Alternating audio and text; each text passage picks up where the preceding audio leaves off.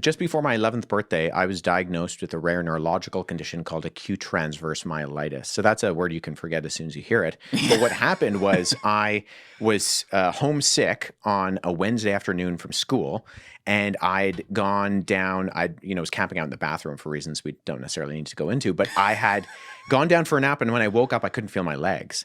And Oh so my I God. called my mom, and she eventually called. There's a program. I still think it exists in Ontario and Canada called telehealth, where you can basically call a nurse, and they said you need to call an ambulance. So my mom called an ambulance. I was rushed to the local hospital and then on to London, Ontario Children's Hospital, and so in the pediatric wing, and I was diagnosed with that condition. And what they told me was that my body's immune system, instead of attacking the flu, it attacked the nerve endings at the base of my spinal cord. Oh, Yeah, and it caused inflammation to the myelin sheath yes. on the spine and cut off connection between the communication of my legs and my brain. Now, how do you fix that? You don't. So you do and you don't. So what they basically told me is transverse myelitis is a condition that's related to MS in the sense of it's degrading, and the quicker the paralysis happens,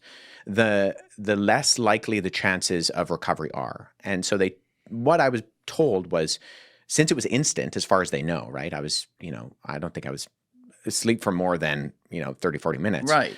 And you went to bed feeling perfect. Your legs are all I was good. totally fine. Yeah, when I woke up, actually, the numbness was about at my mid-thigh, and by the time I went from the ambulance to the hospital, it had actually creeped up to my waist, and it stayed at my waist. But because it was so quick, the acuteness of it, right, in that acute transverse myelitis, they told me that the chances of me walking were very, very low to none. So I did do physiotherapy after that, but the physiotherapy was a little bit of a joke.